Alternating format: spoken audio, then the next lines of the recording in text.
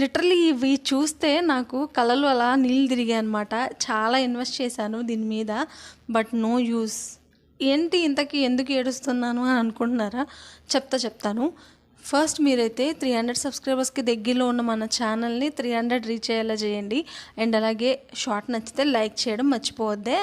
సరే, ఇంతకీ షార్ట్లోకి వెళ్ళిపోదాము. నాకు ఎందుకు కళ్ళలో నీళ్ళు తిరిగాయి అంటే, ఇంకోండి ఈ ఎక్విప్మెంట్ మొత్తం కూడా నా ఫస్ట్ యూట్యూబ్ ఛానల్ కోసం కొన్నాను.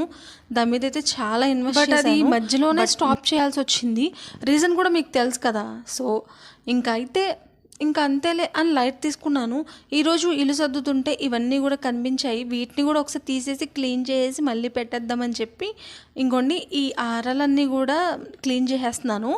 ఇంకా నేనైతే ఒక్కొక్కటి తుడిచిస్తుంటే అమ్మ అయితే పెడుతూ ఒక మాట అయితే అంది, ఎందుకు స్టాప్ చేయడము, రాకపోతే రాకపోయాయి, నీ ట్రై నువ్వు చెయ్యి, వస్తే వస్తాయి లేతే లేదు అన్నట్టు ట్రై చేయి అని చెప్పి అంది మా అమ్మ అయితే.